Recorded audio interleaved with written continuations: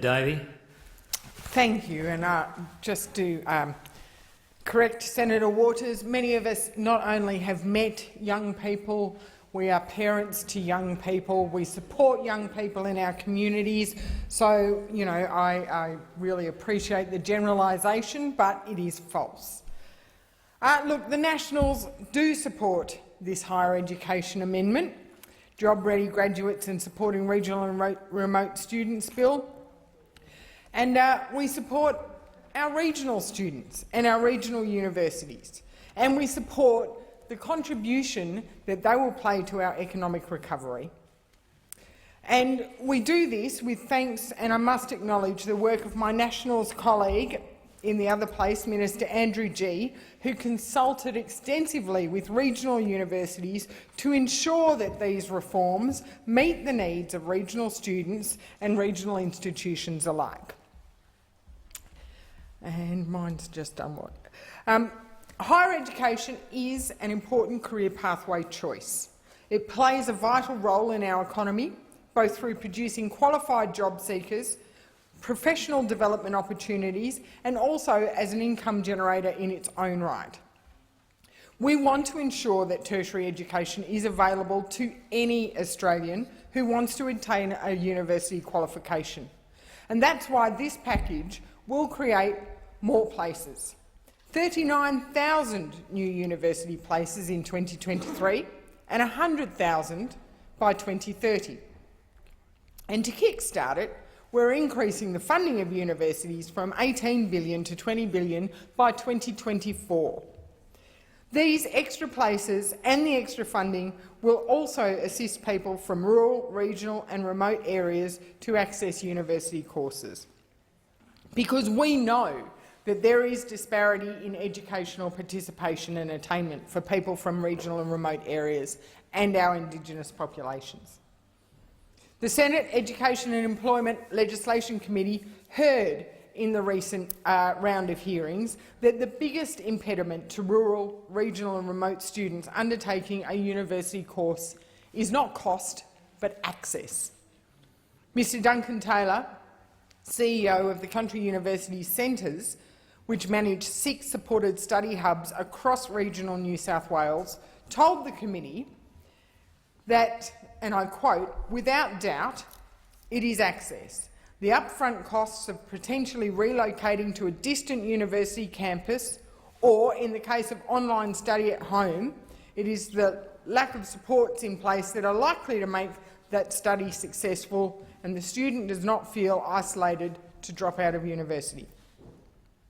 When I asked for a figure on the attrition rate for students who choose to study at home in remote locations, Mr Taylor said it is about 2.5 times higher than that at face-to-face learning. But that rate falls greatly for those who can access a supported study centre. And that's why the Nationals in government are very proud to support regional university centres. Because we know not everyone can relocate and move to a university campus for their study, and regional university centres do a very important job in providing additional support for those students. We also recognise, however, that some do want the benefit of face-to-face learning, and some remote students want the choice to be able to go away and experience university life. The Job-Ready package acknowledges this and provides for a tertiary access payment for those students.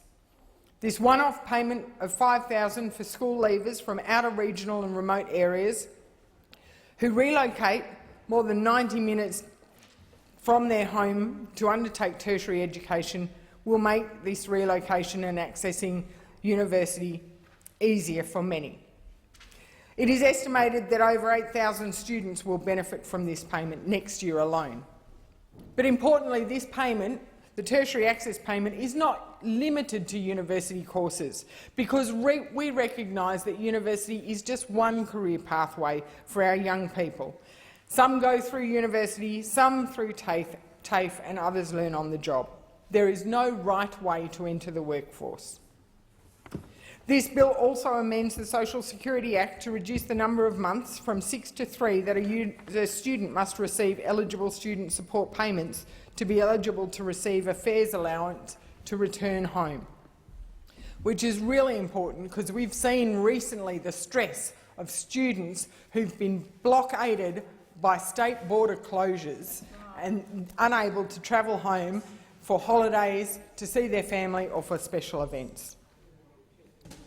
Our package will also ensure that universities target the enrolment of rural and regional and remote students by expanding the Higher Education Participation and Partnerships program to recognise these students as a key target group, along with the already recognised low socio-economic group and Indigenous students.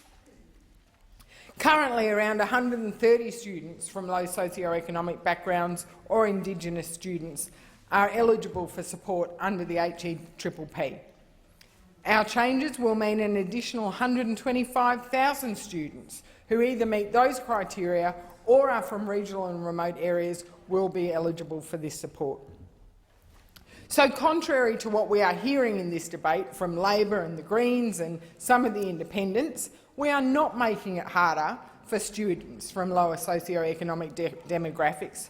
We are actually supporting and facilitating those students to access pathways through the higher education and ultimately into the workforce.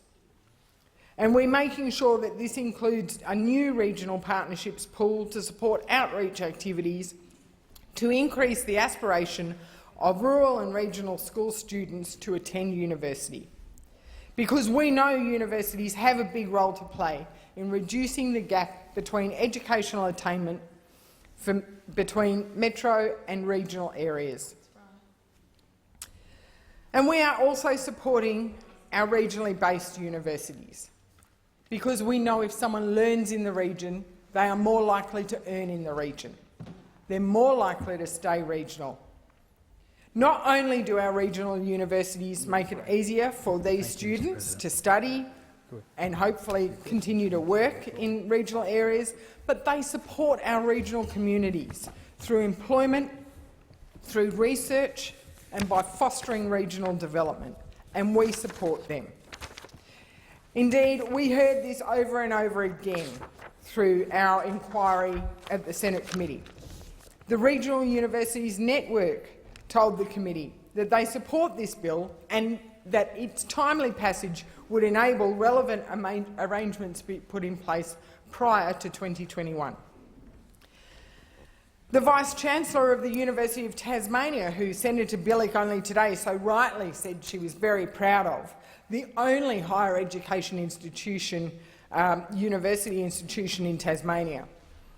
The Vice-Chancellor said that this package really supports regional and rural education and assists in creating a sustainable university for the island. That's right. Central Queensland University Vice-Chancellor Nick Klomp said reducing the cost of studying teaching, nursing, agriculture, health and engineering will make these courses more attractive to students from all walks of life, particularly from the regions.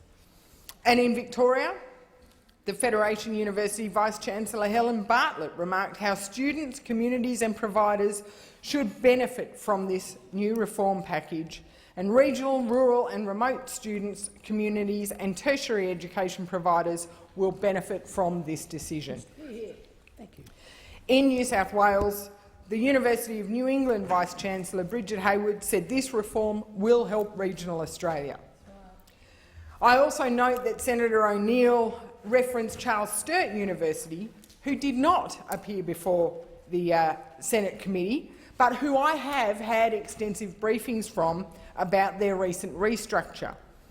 And in my consultation with Charles Sturt University, they made it clear, and I want to put this on the record, that their restructure was not brought on by these reforms, nor was it brought on by COVID, but it was brought on by their strategy to ensure that they can continue to deliver quality, modern education into the future. And I commend CSU for being proactive, for undertaking this work, and importantly for keeping their stakeholders informed. Now, to address reducing the cost for students studying priority areas, I fail to see what the problem is in reducing the costs for 60% of students. We know there is a gap between the skills of graduates as they leave university and the skills and experiences needed to succeed in the workplace. We have shortfalls in priority areas, including sciences, health and IT.